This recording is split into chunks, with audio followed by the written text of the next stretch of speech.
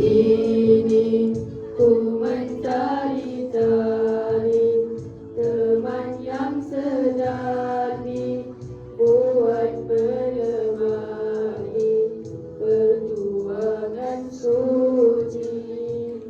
Bersyukur ini padamu Ilahi, teman yang dicari selama ini telah ku temui.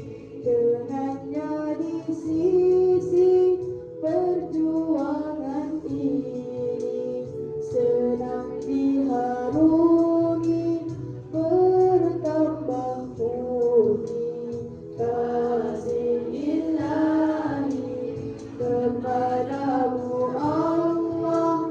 Ku panjatkan doa agar berkekalan kasih sayang kita kepadamu teman, teruskan perjuangan, pengorbanan dan kesetiaan telah ku ungkapkan segala-galanya.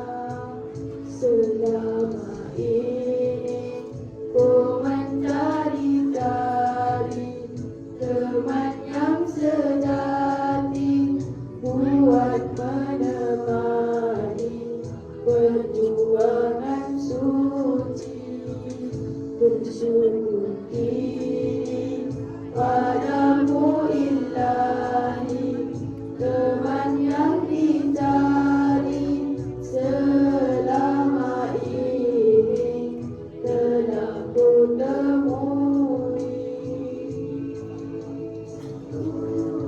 Teman, bersamalah kita semakan persahabatan ini. Dengan keimanan, teruskanlah perjuangan, pengorbanan dan kesetiaan. Dengannya di sisi perjuangan ini senang diharungi, bertambah murni kasih Ilahi kepadamu Allah.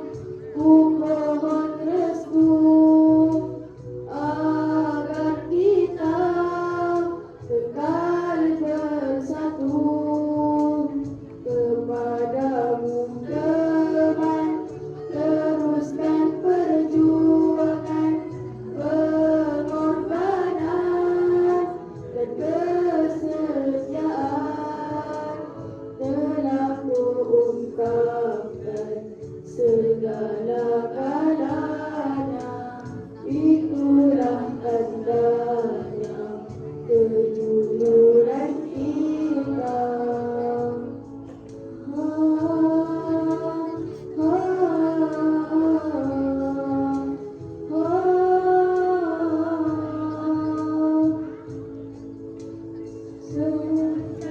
Cari-cari teman yang sejati buat menemani perjuangan suci.